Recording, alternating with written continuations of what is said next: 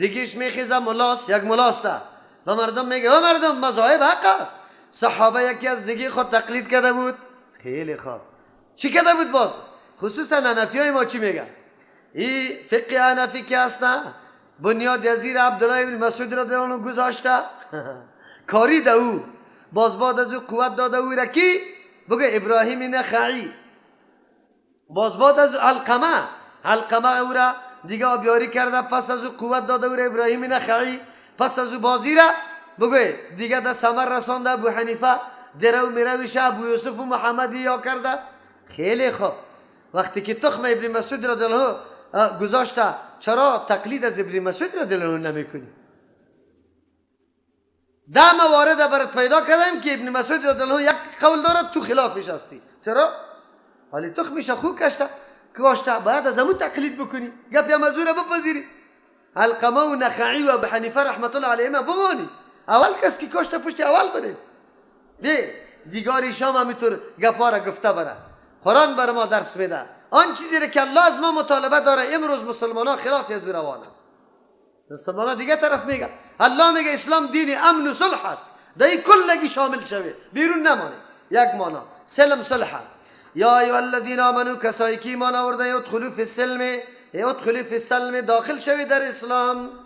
کافتن دو ترجمه داره.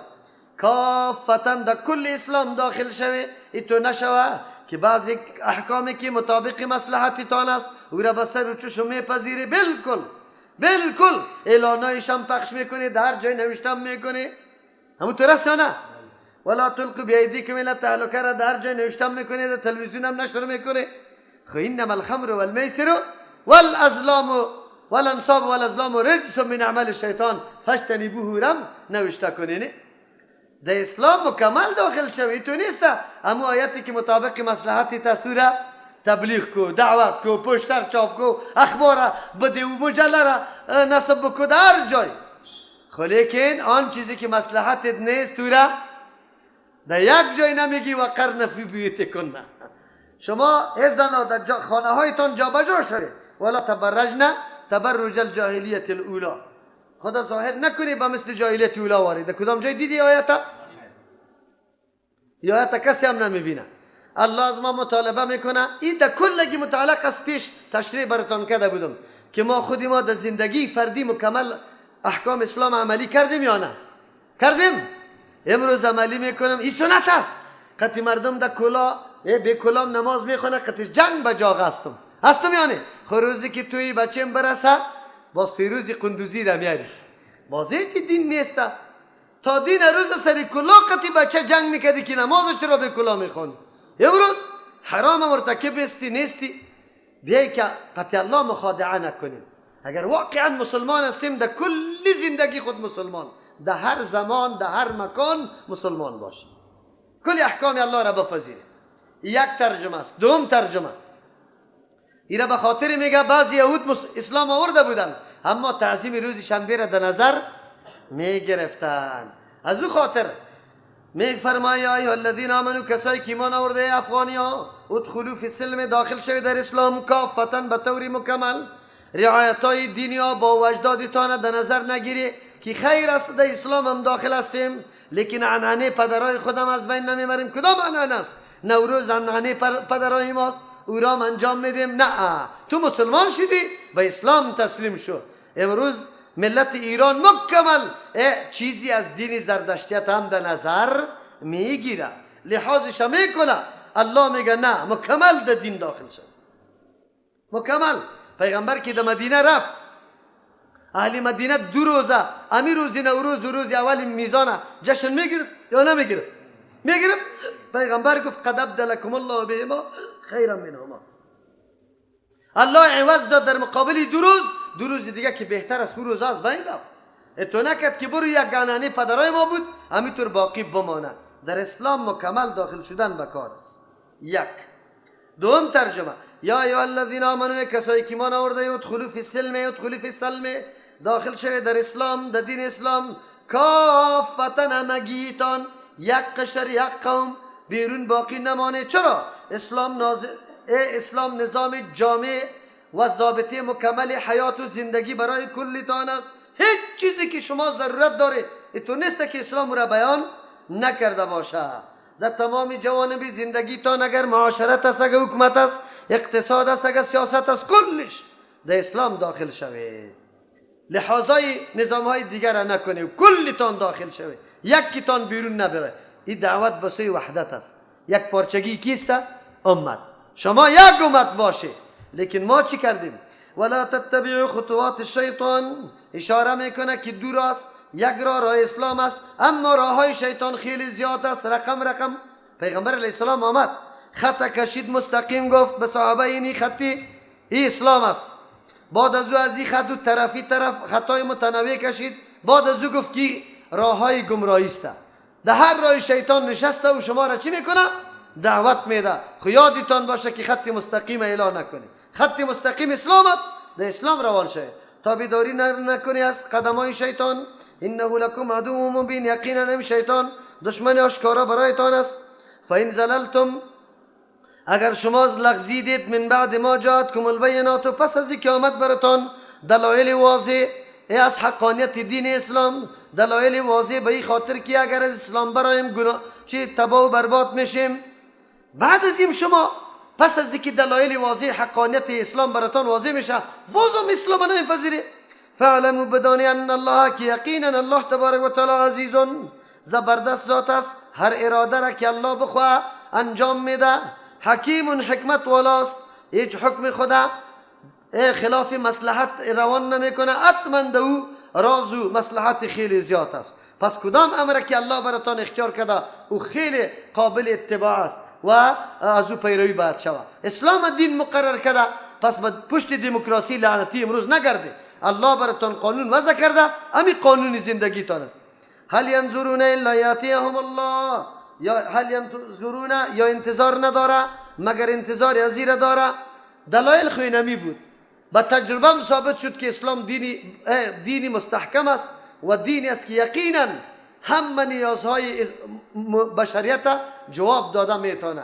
پس باز هم اگر یا قبول نمیکنه، چی انتظار داره؟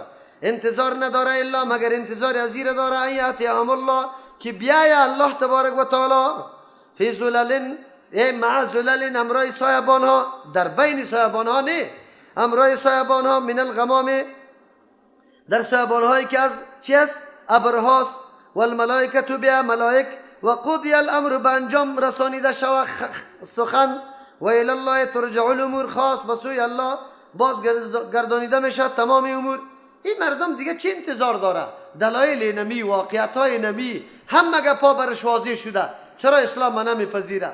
انتظار چی را داره؟ انتظار ازی را داره که قیامت شود، الله بیاید در سایبان هایی که از ابر است و دنیا گپش در آخر برسه. فقط امو روزه انتظار داره. دیگه خو دلایل بیان شد، خواب بری از واضح شد که اسلام کدام دین است، حقانیتش بالکل واضح شده. انتظار چی را داره؟ در اینجا آمدن الله، همچنان در حدیث که میگه که الله در سوم شب میگه و میگه کیست که از ما طلب بکنه، کیست که حاجت خود از ما بخواه که ما او را پوره بکنم. اینی آمدن ها از جمله آیات چی است؟ متشابهات است. آیات متشابهات عقیده سلف چی است؟ کسایی که پیشین ما بود، کسایی که واقعا در زمان رسالت و پیغمبری نزدیک بودن، عقیده از اینطور صفات را به الله ثابت میکرد بدون کیفیت، بدون تشبیه، بدون تاویل، بدون تعطیل. اینطور نه، این صفت به الله ثابت است. ما میگیم الله میآید، امور رقم که لایقشان کیست؟ الله است. ما کیفیتش بیان کرده نمیتونیم. سل بنی اسرائیل کما آتیناهم، سوال بک از بنی اسرائیل، یعنی این بنی اسرائیل که فعلا زندگی دارد، کتاب هم نمونه و داستانهای قومای سابقه برای از ذکر شده که الله تبارک و تعالی قومای سابقه را هلاک کرده زمانی که دلایل برشان آمده نپذیرفته. الله تبارک و تعالی قوم را تباه کرده. پس این به یهود و این بنی اسرائیل باید از تجربه ها معلوم بکنه که پذیرفتن نظام اسلام امری ضروری است. بدون پذیرفتن اجرای خلاصی نداره، چرا که الله سخت عذاب میده اینطور کسا را. در چی منتظر هستند؟ سل بنی اسرائیل، پرسان که از بنی اسرائیل کما آتیناهم، چقدر داده بودم برشان، یعنی در آبا و اجدادشان، من آیت بینه، از معجزه های واضح و ضروری. بالکل واضح واضح معجزات داده بودم. عصای موسی علیه السلام بود. سرشان منو سلوا در دشت و بیابان آوردم، از سنگ آب کشیدم، بحر برشان شق کردم، رقم معجزات برشان آمده بود. خب لیکن اون مردم با وصف آمدن همین معجزه ها تسلیم نشدن به نظامی که موسی علیه السلام آورده بودن. چه نعمتی بزرگی الله برشان داده بود، لیکن یا قدردانی و نعمتی الله را نکردن، الله ذلیل کردن. حالی بیگارکش مردمای دیگه، قومای دیگه شدن، خور و زار شدن. الله میگه این قانونی ما تنها برای بنی اسرائیل نیست.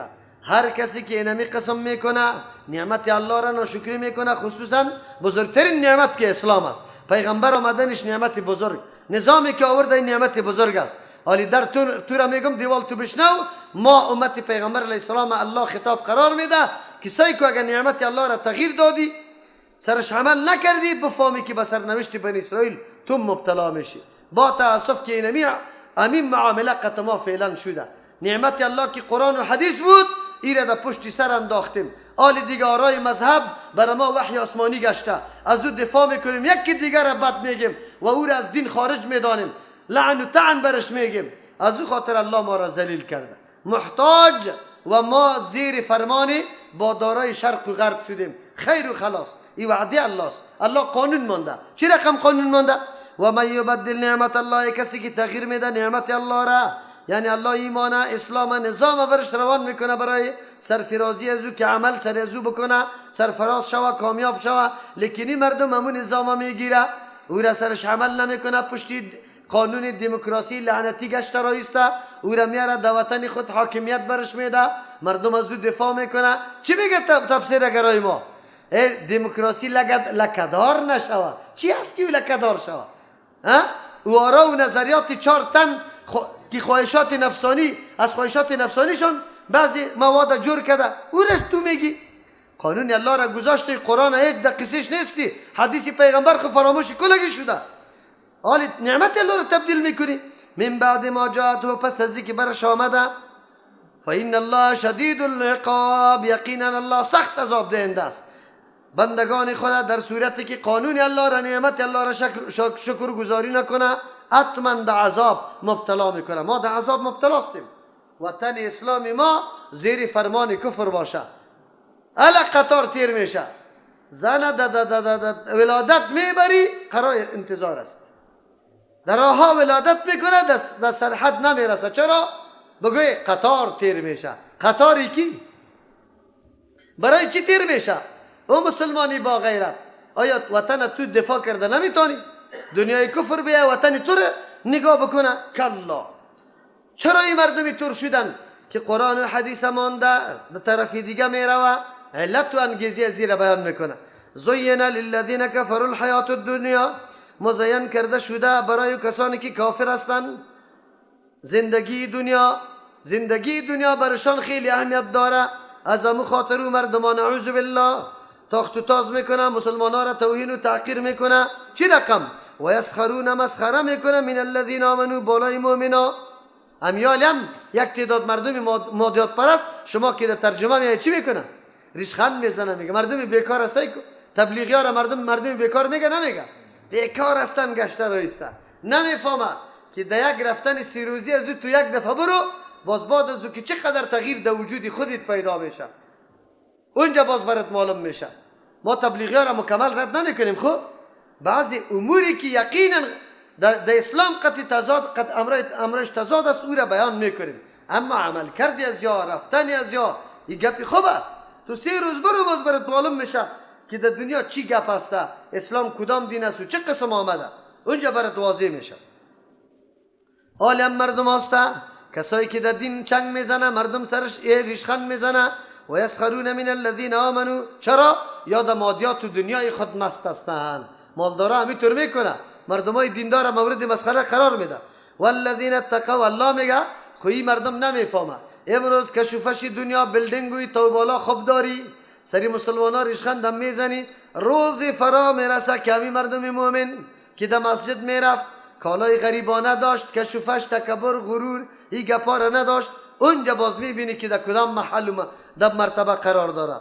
والذین، و کسانی که اتقوا، خدا نگاه کردن از کبر، غرور، از نعوذ بالله بیدینی فوقهم بالای همی مردمای مادیات پرست می باشه یوم القیامت در روز قیامت.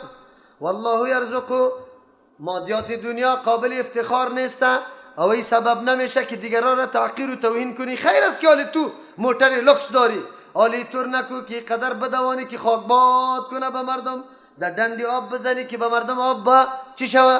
حالی آمده ای به مردم نشان میدی من مساعد عینی خوب رنگ کده رنگ کده نه آیستایی کده.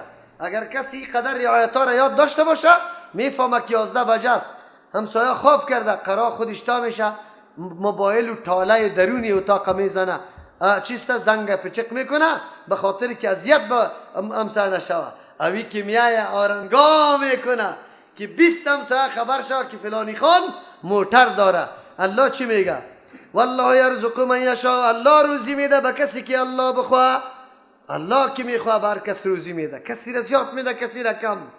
این مایه افتخار نیست، مایه افتخار است که عمرت در چی چیز تیر میشه. والله یرزق من یشاء، الله روزی میده کسی را که بخواه بغیر حساب. دو معنا داره، بغیر حساب به حساب، یک قدر میده که شمار نمیشه یک معنا، یا میده روزی را که اونجا در آخرت قطش محاسبه نمیکنه. قطی کدام مردم محاسبه نمیکنه الله کی روزی برش داده، به شرطی که رزق الله را در جای مناسب مصرف کرده باشه. مال داده خود تو در جای مناسب مصرف کردی، الله برات موقع زمینه خوراک داد خود در جای مناسب. بله خورده نکردی خب بعد از خیست عبادت الله را کردی، خب آب زدی چیزای میوه را خوردی لیکن بعد از او دعوت دین هم کردی. از اون طور چیزا محاسبه نمیشه، الله باز از پیش حساب نمیگیره. در غیر از او که نعمتهای الله را استفاده کردی و هیچ عبادت الله را انجام ندادی. ان الانسان لفی خسر، انسان در چیز تاوان است. الله از پیش سوال میکنه. کان الناس امه واحدتا، حالی بر ما بیان میکنه که مردم در اوایل چی رقم بود، اختلافات از کجا بروز کرد، الله پیغمبران را برای چی روان کرده و راه اختلاف از بین بردن کدام است. در اینجا الله تبارک و تعالی این موضوع را مکمل بر ما ترسیم میکنه. چی رقم؟ کان الناس امه واحدتا، بود مردم یک جماعت یک ملت بود. اونجا نه نفی بود نه شافی نه مالکی بود نه حنبلی، هیچ کس نبود، یک مردم بود یک مسلمان بود. این را به طور مثال گفتم. خب در اونجا حنفی منفی نبود. او این از زمان آدم علیه السلام تا زمان نوح علیه السلام است. به روایت ابن عباس رضی الله عنه 1000 سال است. چقدر؟ کل مردم به یک نظام و دین بود. خیر چی تر شده؟ حالی دیگه عبارت اینجا محذوف شده. فاختلفوا، اختلاف شروع کردن. داخل اوایل پیشتر از زمان نوح علیه السلام، پیشتر از زمان نوح علیه السلام مردم اختلافات شروع کرد. که اختلافات شروع کرد الله چی کرد؟ فبعث الله النبیین، روان کرد الله پیغمبران علیهم السلام. برای چی روان کرد؟ برای از بین بردن این اختلاف. چی رقم اختلاف از بین میبردن؟ مبشرین که خوشخبری میدادن به اون مردمی که به یک دین به یک ملت هستن، اختلاف نمیکنه و را خوشخبری میداد. و منذرین بیم میداد و کسایی که اختلاف برپا کرده بودن میگفتن نکنی اختلاف، تفرقه پیدا نکنی، یک نظام بپذیره. نه تنها که الله اکتفا بر روان کردن پیغمبرا کرده باشه بلکه قانون جامع که کلگی دو مکمل تسلیم بودن، از او چاره دیگه هم نداشتن. و انزل معهم الکتاب، روان کردم رای پیغمبران علیهم السلام کتابا را بالحق که مشتمل به بیان حق بود، به احکام حق بود. یقینا چرا روان کرد؟ لیحکم بین الناس، که فیصله کنه پیغمبر در بین مردم. لیحکم بین الناس، که فیصله کنه الله به واسطه پیغمبر خود بین الناس در بین مردم. دو ترجمه، لیحکم بین الناس که فیصله کنه قرآن کتابی که الله روان کرده بین الناس در بین مردم. چرا هر دل میگفت ما حق هستم شما قطع ما شوی ما قطع شما نمیشیم، هر جماعت میگفت. لیکن الله کتاب روان کرد گفت نه امو جماعت حق است که به مطابق اینمی کتاب باشه و امو جماعت حق است. فی مختلفو فیه، در اون مسائلی که اختلاف داشتن، در امور مذهبی فیه در اون اختلاف داشتن، الله کتاب هم روان کرد پیغمبرم. مردم دعوت داد که بیه یک کتاب الله وجود داره، دل بازی ها را بانیم. و مختلف فیه، آل اختلاف دو قسم است. یکی اختلاف از نادانی می باشه، اصلی منشه اختلاف یا نادانی می باشه. که نمیفهمه، از او خاطر تو رفتی راه دیگر انتخاب کردی. این قابلی چی است؟ اصلاح است. چرا؟ جهالتش از بین میره، علم برات حاصل میشه، میفهمی که وای تا آلی را ما و شما هم همینطور بودیم، تا آلی را همینقدر دفاع از مذهبی حنفی میکردیم، دیگه مذاهب دیگه تو رد میکردیم که پرسان نکن. الله دیگه امام ابو حنیفه را پیغمبر جور کو، لیکن سر امام شافعی رحمت الله علیه لعنت بگو. همینطور بود یا نبود؟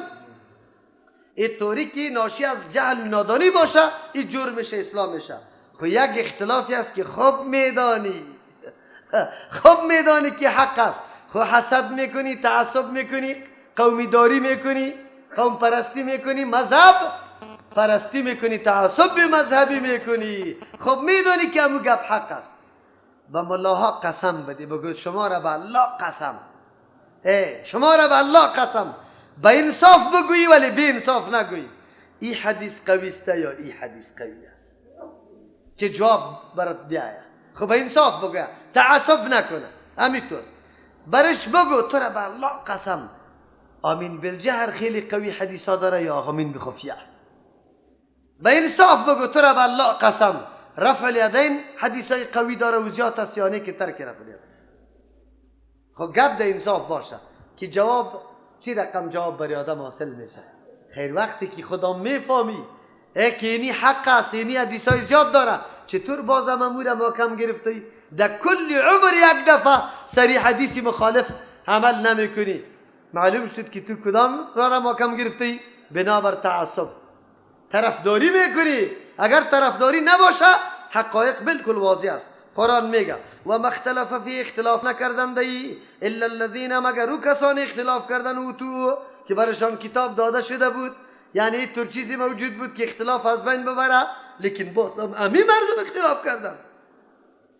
من بعد ما جاءتهم البینات، و پس از که آمده بودن برایشان دلایل واضح موجود بود، کتاب موجود بود که اختلاف رفع بکنه، لیکن رفع نکرد. چرا؟ بغیم بینهم، از روی حسد و زدبازی در بین خودشان. یک ملا قطی ملای دیگه داره، وقتی که تو از دانی از او گپا میزنی و میگه نه صحیح است در حدیث خامده، خو لیکن در مذهب ما نیست، باز چی میگه؟ نه اون نمیفهمه، تفرقه مایه تفرقه شده. حدیث سنت رسول الله مایه تفرقه است، مایه اختلاف است. چرا این گپا میزنی؟ خدا گناهگاری عظیم میکنی. فهد الله الذین آمنوا، الله هدایت کرد مؤمنا را لما اختلفوا، در او شریعت، در او احکامی که اختلاف کردن فیه، در او من الحق، از حق، باذنه، با فضل و اراده و حکم خود الله مؤمنا را نصیب کرد. چه اختلاف؟ در روز عبادت اختلاف داشتن، یهود شنبه را تعیین کردن، نصارا کدام؟ الله هدایت کرد مؤمنا را کدام روزه؟ جمعه روز عبادت بود، نه دو روز. در این جمع الله طرف حق مؤمنا را هدایت کرد. بیا در قبله هدایت کرد، یهود بیت المقدس قبله کرد، نصارا طرف بیت چیست؟ مشرقه. الله هدایت کرد به قبله چی را؟ بیت الله را. الله در مورد پیغمبران هدایت کرد. یهود عیسی علیه السلام چی کردن؟ بگوی در دار بالا میکرد، ولد زنا میگفت. او نصارا چی کرد؟ یا الله، یا سیوم الله، یا ابن الله معرفی کرد. الله مسلمانان را هدایت کرد که عبد الله و رسول الله است، بنده الله و رسول الله است. در نماز هم هدایت کرد مؤمنان را الله. چرا؟ در شریعت یکیشان رکوع نبود، در دیگهش سجده نبود. الله هدایت کرد مؤمنان را که هم رکوع شود و هم سجده شود. در تمام امور الله هدایت کرد مسلمانان را، مؤمنان را در راه مناسب. والله یهدی من یشاء، اصل هدایت در اختیار کیست؟ الله اکبر. قرآن اینطور جواب میده که آدم هم حیرانتیش، تعجبش بالکل از بین میبره. اینطور کسی قطمه یک جای در مدرسه فارغ شده، همیال هم عقیده شرکی داره. همیال هم عقیده چی داره؟ بگه اولیاء را متصرف میدانه. اولیاء را چی میدانه؟ عقیدهش هست که هر جای برای خود یک متصرف داره. ببینه قطمه یک جای فارغ شده. اوی طور کسی آمده، اینطور کس از مزار کسی آمده، فقط یک سیدی را شنیده، الحمدلله عقیده بالکل درسته پیدا کرده، بس یک دفعه سیدی را شنیده، خلاص همین قدر. یک کسی از شبرغان، یک عوام است، همین بیگام زنگ زده بود، قبل از شام عوام است، فقط یک کست شنیده، کست. و بعد از او که عمل به صورت کرده قوم سرش خیسته کشیده شد از مسجد بیچاره را. چند وقت خانه بود، باز امیر گفته که اگر مرد دستی من خو آمیستم ختمه دلیل بگوید ملایش دلیل گفته نتانسته. بعد از او مردم گفته که برادری خو ما را ملزم کرد، ولای آدمی خوب هم است. باز رفت و عذرخواهی کرده که بیا دمین مسجد بیا.